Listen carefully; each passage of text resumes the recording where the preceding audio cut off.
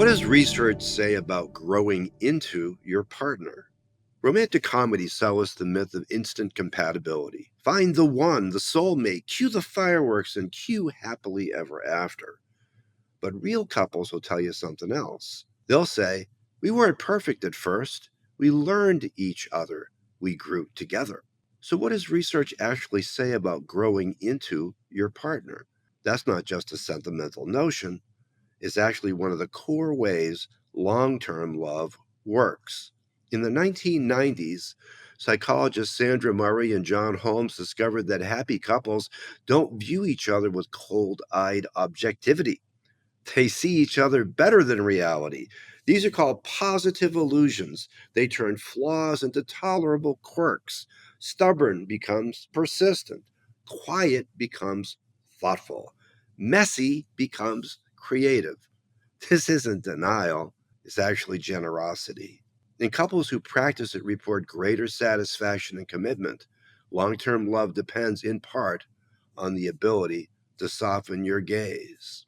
Many Americans carry a checklist of traits they think they need in a partner, but experiments tell us that those lists are far more pliable than we even realize. In a 2025 study, Aline De Silva Frost and Paul Eastwick trained people to value a certain trait, youthfulness. Afterwards, participants not only preferred that trait in strangers, they suddenly even saw more of it in their current partners. Attraction, in other words, isn't set in stone. Our ideas flex to fit the people that we choose. We don't find someone just who matches our type. We bend our type to fit the person across the table. The Michelangelo Effect. Love is a sculpture. The Michelangelo phenomenon was the researchers Drigotas in 1999.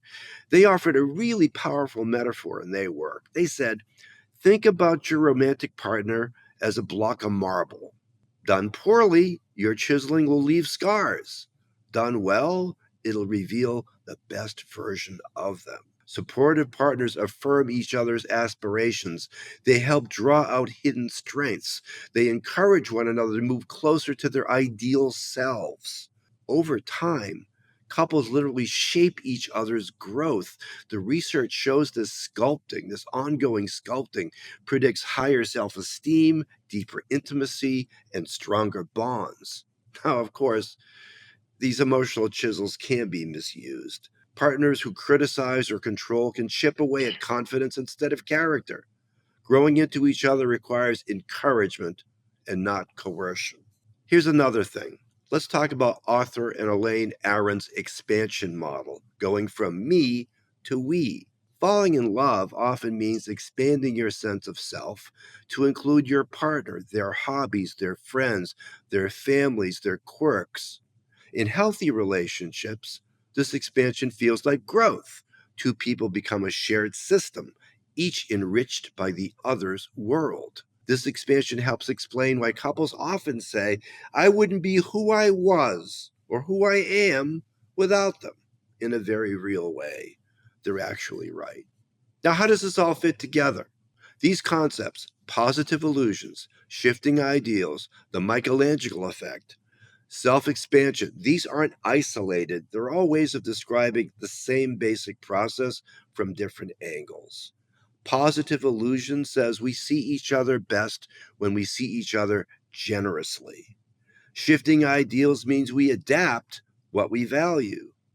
The Michelangelo effect says we actually help sculpt each other's growth. And the self expansion theory says we'll merge our identities over time. Together, they show why growing into your partner isn't the consolation prize. It's the quiet mechanism that really makes long term love and commitment work. Hi, this is marriage and family therapist Daniel Dashnaw. I really appreciate your support, and I love writing my blog and talking about research and how it impacts our daily lives with the times that we're living in. And I'm pleased to announce something right now that I've never really done before, which is you can now basically give me micro donations on Cash App, PayPal, and buy me a coffee. And if you do this on a monthly basis, you're going to get some insights and some thoughts on private blog posts I'm not putting on the regular blog post. So once again, micro donations are now available through Cash App, Buy Me a Coffee, and PayPal. If you're a regular monthly contributor, you'll get even more Daniel Dashnaw and a deeper dive with Daniel if you're so inclined. Be well, stay kind, and Godspeed. And thanks for your support.